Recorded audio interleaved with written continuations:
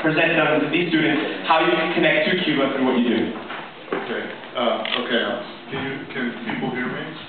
All right. Well, first of all, it's great to be back to my alma mater, University of Miami. I live in Boston, which is about as far from, oh, there you go, as far from here as you can possibly get. But I came to Friends of Caritas Cubana basically through a woman, an extraordinary woman named Consuelo Isaacson, who also lives in Cambridge, or she refers to as the People's Republic of Cambridge. She and I are what we call born-again Cubans. Basically, I had absolutely no interest in Cuba. I was born in Cuba. That's when I was 4. I mean, you know, I hadn't lived in Miami since 1978. I really didn't have all that much interest in Cuba, and neither did she. And then we both kind of had some sort of an awakening, kind of like that Anbar awakening in Iraq. Well, we had kind of like a Cuba awakening, and we decided to go back and travel to Cuba for the first time in 2000. Now, what came about from that trip was that we discovered that there is a huge human needs situation in Cuba.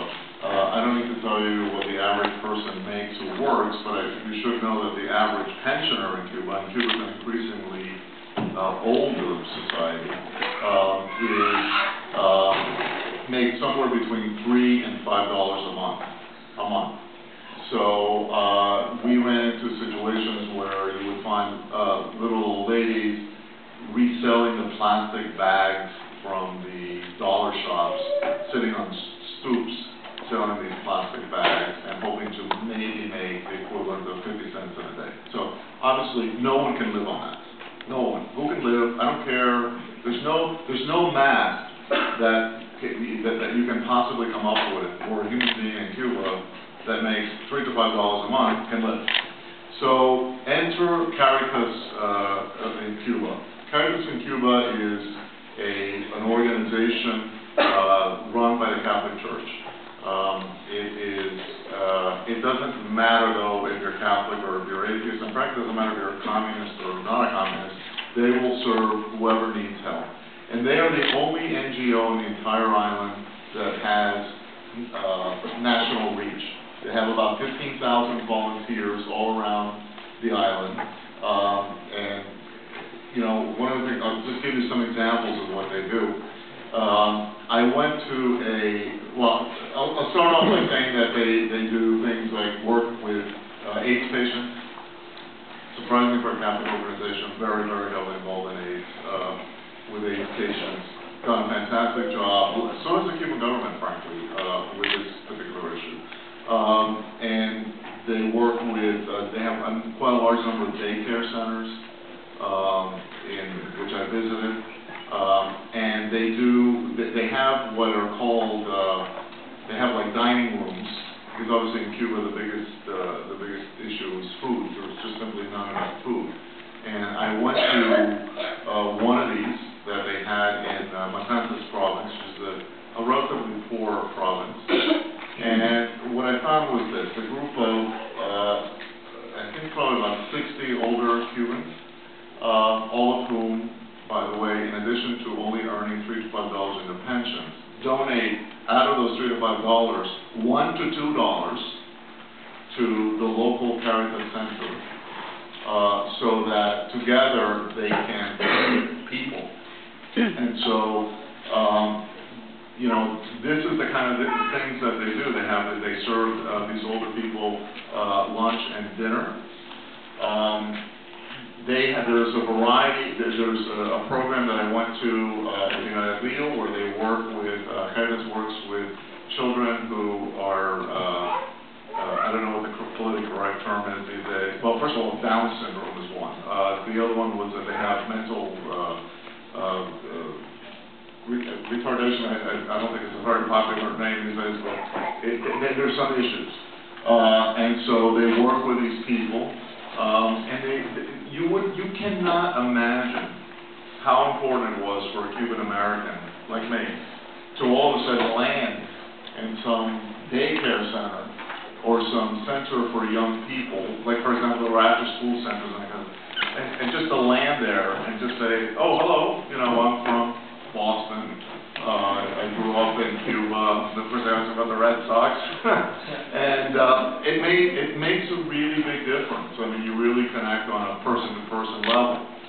Now, all these activities that they do, which is, you know, is a very good activity, is done in a way, you know, in a very unique way, because obviously I would not be pleased if I were raising money that would go in some shape or form to the Cuban government. And therefore, what Caritas has been able to do is to basically coexist with the Cuban government. The Cuban government allows them to do what they need to do.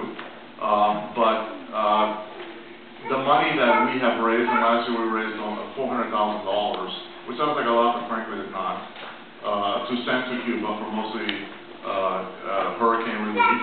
We send the money, and we send goods through Catholic Charities. But just so you all know how the money gets there, the money is sent via the Vatican. It goes to Catholic Relief Services in the United States, who turns it into euros, sends it through the Vatican Bank. The Vatican's bank sends it to Caritas, puts it in credits to Caritas account. There's no Cuban government haircut on dollars, on coups. It's 100% goes to Caritas. But I ask you, if you think that it is fair and decent that an island of 11 million people, where most people maybe make $20 a month, has one NGO that provides basic human services and has a budget of $1.3 million a year. $1.3 million a year. I mean, that's ridiculous. As I was mentioning to somebody before, the budget of the ASPCA, and you know, I love animals as much as anybody, is $58 million. You know, and you know, you look at any marathon. I know Portland, Maine had a marathon the other day. They raised $2 million. The amount of aid that we as a community sent to Caritas, and there's some of the Knights of Malta and other organizations, it's a fantastic organization. I bet you if you add all the money that we send in aid to charitable organizations to Cuba, it probably doesn't amount to $1 million a year. Most of Caritas' money comes from the Catholic Church itself globally. But, you know, I will just end by saying to you that one thing you can all do, in addition to contacting Caritas and seeing their programs and all that, is change this idea that, A, you donate money to Cuba, or to Cuban causes somehow it lands in the accounts of Raul Castro or the Cuban government, because it's absolutely false. And thirdly, that this is unacceptable, that, you know, in a community that is so wealthy in this country, that really doesn't do anything of note. I don't want to say anything, because there are a lot of people who do stuff, but it's really not acceptable that such a small amount of aid is channeled to people in such